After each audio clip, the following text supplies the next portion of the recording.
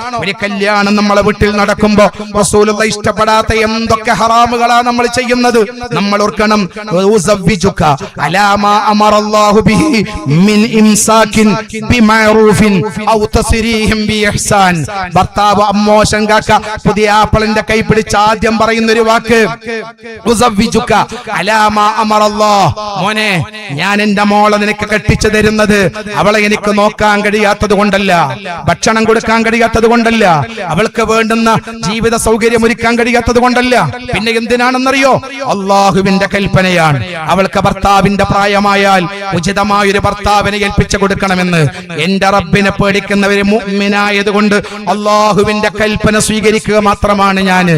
അതുകൊണ്ട് എന്നെ മോളെ നീ നോക്കണേ എന്ന് പറഞ്ഞ് അള്ളാഹുവിന്റെ മീസാഖൻ ഖലീലയായ ബലിട്ടമായ പ്രതിജ്ഞാ കരാറ് നടക്കുന്ന കല്യാണപ്പന്തൽ, ആ കല്യാണപ്പന്തലിൽ പോലും ഗാനമേളകളും കൂത്താട്ടങ്ങളും അർദ്ധനഗ്നകളായ പെണ്ണുങ്ങളെ കൊണ്ടുവന്ന് ആഹ്ലാദിക്കുകയും തിമിർക്കുകയും അത് കണ്ടെത്താൻ വേണ്ടാത്തരത്തിന് നമ്മളെ യുവാക്കളെ പ്രചോദനം നൽകുന്ന പ്രവർത്തനങ്ങളിലൂടെ നമ്മൾ മുന്നോട്ട് പോകുമ്പോ എങ്ങനെയാണ് നമ്മളെ കുടുംബത്തിൽ സന്തോഷമുണ്ടാവുക? എങ്ങനെയാണ് ദാമ്പത്യ ജീവിതത്തിൽ സന്തോഷമുണ്ടാവുക? ദാമ്പത്യ ജീവിതത്തിലേക്ക് കാലെടുത്ത് വെക്കുന്ന പെണ്ണും ഭർത്താവും ഭാര്യയും ഒരു നിമിഷം ചിന്തിക്കേണ്ടത്, എനിക്ക് മനസ്സമാധാനം തരേണ്ടത് അല്ലാഹുവാണ്. എന്റെ മനസ്സമാധാനം തകർക്കാൻ ഒറ്റ നിമിഷം കൊണ്ട് എന്റെ റബ്ബിന് കഴിയും.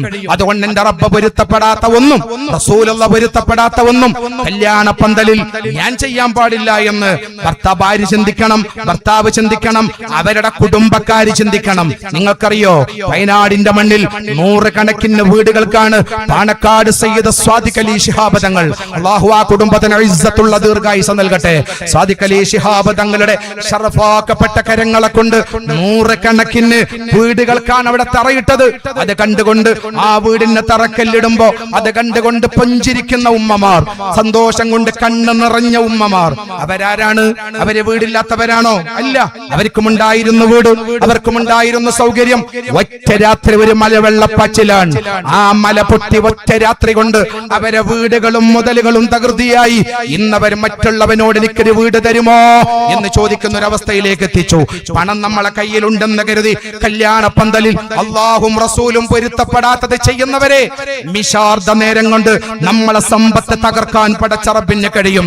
മറ്റൊന്നവന്റെ മുമ്പിൽ പോയി കൈകാട്ടുന്നവനാക്കി മാറ്റാൻ അള്ളാഹു നമുക്ക് കഴിയും. അതുകൊണ്ട് കല്യാണത്തിന്റെ പേരിലും നമ്മളെ മക്കളുടെയോ പേരമക്കളെയോ കല്യാണം നടക്കുമ്പോ അള്ളാഹ് പൊരുത്തപ്പെടാത്തത് ചെയ്യരുതേ. കാലം മാറിയിരിക്കുകയാണ്. ആര് എന്ത് വേണ്ടാത്തരം ചെയ്യാലും പറയാൻ പറ്റാത്ത ഒരു കാലത്ത് ഒരു കാര്യം ഓരോരുത്തരും അവനവന്റെ ശരീരത്തിനെ കുറിച്ച് ആലോചിക്കുക. അള്ളാഹു എന്നെ ശപിക്കുമോ? റസൂലുള്ളാഹി എന്നെ ശപിക്കുമോ? നാളെ ഞാൻ മരിക്കുമ്പോ എനിക്കൊരു തുള്ളി വെള്ളം തരേണ്ട റസൂലുള്ളാഹി എന്നോട് വെറുപ്പ് കാണിക്കുമോ? അതുകൊണ്ടില്ല, ഞാൻ എന്റെ റൂഹുള്ളിടത്തോളം കാലം അല്ലാഹ് പൊരുത്തപ്പെടാത്ത ഒന്നും എന്റെ വീട്ടിലെ കല്യാണത്തിൽ ഞാൻ കൊണ്ടുവരില്ല എന്ന് തീരുമാനിക്കാൻ ഓരോരോ കുടുംബവും തീരുമാനിച്ചാൽ നിങ്ങളാണ് വിജയികൾ. നമുക്ക് ന്യായം പറയാനുണ്ട്. ഓന്റെ പേരിലും അങ്ങനെയാണ്, ഇവന്റെ പേരിലും ഇങ്ങനെയാണ്, മറ്റോന്റെ മോളെ കല്യാണത്തിനും അങ്ങനെയായിരുന്നു, ഇവന്റെ കുട്ടിന്റെ പേരിലും അങ്ങനെയായിരുന്നു, ഇനിയിപ്പോ എന്റോടല്ല ഞാൻ മോശല്ലേ? അവിടെയാണ് 1400 വർഷം മുമ്പ് നമ്മുടെ കരളായ മുത്ത് മുഹമ്മദ് മുസ്തഫ സല്ലല്ലാഹു അലൈഹി വസല്ലമ തങ്ങൾ പറഞ്ഞ ഒരു വാക്ക്, മൻ തമസ്സക ബിസുന്നതി ഇൻദ ഫസാദി ഉമ്മത്തി. ഉമ്മത്ത് മുഴുവനും കേടുവരും. അവനും കേടുവന്നു, ഇവനും കേടുവന്നു, അവളും ഇവനും അധാർമികതയിലേക്ക് കൂപ്പുകുത്തുമ്പോഴും നമുക്ക് പറയാൻ കഴിയണം, ഞാൻ ആധാർമികതയിലില്ല, ഞാൻ മുത്ത് റസൂലുള്ളാഹിന്റെ ഉമ്മത്താണ്, ഹബീബിന്റെ ഉമ്മത്താണ്. 23 വർഷകാലം മർദ്ദന, താടന, പീഡന മുറകൾ എന്റെ മാണിക്കക്കല്ല് സഹിച്ചത് എനിക്ക് സ്വർഗം തരാനാണ്, എന്റെ വഴി നന്നാക്കി തരാനാണ്. ആ വഴി വിട്ട് സഞ്ചരിക്കാൻ മുസ്ലിമായ ഞാൻ സന്നദ്ധനല്ല എന്ന് പറയാൻ ഓരോരോ ഉമ്മാക്ക് കഴിഞ്ഞാൽ, ഉപ്പാക്ക് കഴിഞ്ഞാൽ, എന്റെ വീട്, എന്റെ കുടുംബത്തെ ഞാൻ സംരക്ഷിക്കും. ആർക്കും ആരെയും സംരക്ഷിക്കാൻ കഴിയാത്ത കാലമാണ്. സ്വന്തം കുടുംബത്തെ പോലും സംരക്ഷിക്കാൻ കഴിയാത്ത കാലത്ത് അവനവന്റെ തടിയെങ്കിലും നമുക്ക് സംരക്ഷിക്കാൻ മുന്നോട്ട് വന്നാൽ ഫലഹു അജ്റു മിഅത്തി ഷഹീദ്, 100 ശുഹദാക്കളുടെ കൂലി അല്ലാഹു അവർക്ക് കൊടുക്കുമെന്ന് മുഹമ്മദുർ റസൂലുള്ളാഹി. 100 വട്ടം അള്ളാന്റെ മാർഗത്തിൽ ഷഹീദായ ശുഹദാക്കളെ കൂലി കിട്ടുന്ന കാലം, എല്ലാം വിലങ്ങനെയാകുന്ന കാലത്ത് ഞാൻ റസൂലുള്ളാഹിനെ കഴിയൊഴിയില്ലെന്ന് തീരുമാനിക്കുക, ഹബീബിനെ മാറ്റി നിർത്തില്ലെന്ന് തീരുമാനിക്കുക. ലോകത്തിന്റെ നേതാവിന്റെ വഴിയിലൂടെ നമ്മൾ സഞ്ചരിക്കാനുള്ള മനസ്സ് കാണിക്കുക. എങ്കിൽ നമുക്ക് രക്ഷപ്പെടാൻ കഴിയും. അതുകൊണ്ട് ഞാൻ എന്റെ വാക്കുകൾ അവസാനിപ്പിക്കട്ടെ. എന്റെ ഉമ്മമാരോട്, എന്റെ എന്റെ രക്ഷിതാക്കളോട്, യുവാക്കളോട് ഞാൻ പറയുന്നത്, നമുക്ക് എന്നും മനസ്സിന് സമാധാനം തരുന്ന നമ്മുടെ കരളായ റസൂലുള്ളാഹിനെ നമ്മൾ മറക്കാതിരിക്കുക. നമ്മളെ ചെറിയ പൈതങ്ങളായ മക്കളെ ചെറുപ്രായത്തിലെ റസൂലുള്ളാഹിന്റെ വഴിയിലൂടെ വളർത്തിക്കൊണ്ടുവരിക. സൂക്ഷിക്കേണ്ട കാലമാണ്, ശ്രദ്ധിക്കേണ്ട കാലമാണ്. മക്കൾ അബദ്ധസഞ്ചാരം നടത്തിക്കൊണ്ടിരിക്കുന്ന കാലമാണ്. നല്ല നല്ല ബാപ്പമാര് കണ്ണീര് വാർക്കുന്ന കാലം. ഞാൻ പലവട്ടം നിങ്ങളോട് സൂചിപ്പിച്ചിട്ടുണ്ട്. മുഖം മൂടി അണിഞ്ഞ് കണ്ണ് മാത്രം പുറത്ത് കാണുന്ന ഒരു ഉമ്മാന്റെ രോദനം നിങ്ങൾ സോഷ്യൽ മീഡിയയിൽ കണ്ടിട്ടുണ്ടാകും. കൊടിമരത്ത ഉമ്മമാരെ, നമ്മളതിൽ പെടരുത്. ഈ നാട്ടിലെ ഉപ്പമാരെ, ആ കൂട്ടത്തിൽ നമ്മൾ പെടരുത്. വെറും കണ്ണ് മാത്രം കാണുന്ന, മുഖംമൂടി പോലും ധരിച്ച ഉമ്മ മീഡിയക്ക് മുമ്പിൽ നിന്ന് കരയുകയാണ്. എനിക്കാകെ ഒറ്റ മകനേ ഉള്ളൂ, ഒറ്റ മകൻ. ആ മകൻ എന്റെ വീട്ടിൽ ഉണ്ടാകുമ്പോ ഞാൻ എന്റെ വീട്ടിൽ ഉറങ്ങാറില്ല. ഒരു ഉമ്മ പറയാൻ, എന്റെ മകൻ എന്റെ വീട്ടിൽ ഉണ്ടാകുമ്പോ ഞാൻ ആ വീട്ടിൽ ഉറങ്ങാറില്ല. മീഡിയ ഉമ്മാനോട് ചോദിക്കുന്നുണ്ട്, എന്തേ ഉമ്മ, അവൻ നിങ്ങൾ അടിക്കുന്നുണ്ടോ, ഉപദ്രവിക്കുന്നുണ്ടോ? കണ്ണുനീരോട് ആ ഉമ്മ കൊടുത്ത മറുപടി, കൊടിമരത്ത് ഈ മഹത്തായ നിബിധനാഘോഷ പരിപാടിയിൽ ഒരുമിച്ച് കൂടിയ എന്റെ പൊന്നു പെങ്ങളെ, നമ്മളെ കണ്ണ് തുറക്കണം. രക്ഷിതാക്കളെ, നമ്മളെ കണ്ണ് തുറക്കണം. നമുക്ക് ഹബീബിന്റെ മാതൃകയിലേക്ക് നമുക്കും നമ്മളെ മക്കൾക്കും തിരിച്ചു പോകാൻ അത് പ്രചോദനമാകണം.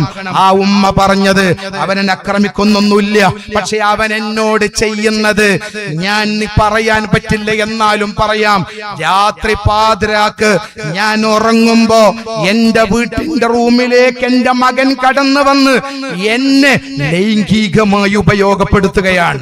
സ്വന്തം പ്രസവിച്ച മകൻ, 40 മാസം ഗർഭം ചുമന്ന ഉമ്മാനെ, അമ്മിഞ്ഞ പാല് കൊടുത്ത് വളർത്തിയ ഉമ്മാനെ, നടക്കാൻ കഴിയാത്ത കാലത്ത് വിരൽ കാണിച്ച് പിച്ച വെച്ച് വളർത്തിയ പൊന്നുമ്മ, ആ പൊന്നുമ്മാനെ രാത്രി ലൈംഗികമായി ഉപയോഗപ്പെടുത്താൻ ഒരു മകനെ മൃഗമാക്കുന്നത് അവന്റെ കുത്തഴിഞ്ഞ ജീവിതമാണ്. ചെറുപ്പം മുതൽ അവർക്ക് നിസ്കാരമില്ല, ദീനില്ല, റസൂലുള്ളാഹിയില്ല, എല്ലാവർക്കും +2, എല്ലാവർക്കും വിദ്യാഭ്യാസം, എല്ലാവർക്കും സൗകര്യം, വേറെ ഒരു ബോധവുമില്ലാത്ത ഒരവസ്ഥയിൽ ആൺകുട്ടികളെയും പെൺകുട്ടികളെയും വളർത്തിയപ്പോഴുണ്ടായ ദുര്യോഗം അവിടെയാണ്.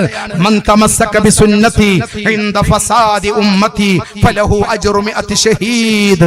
100 ശുഹദാക്കളുടെ കൂലി അല്ലാഹു തരുന്ന ഒരു അമല്.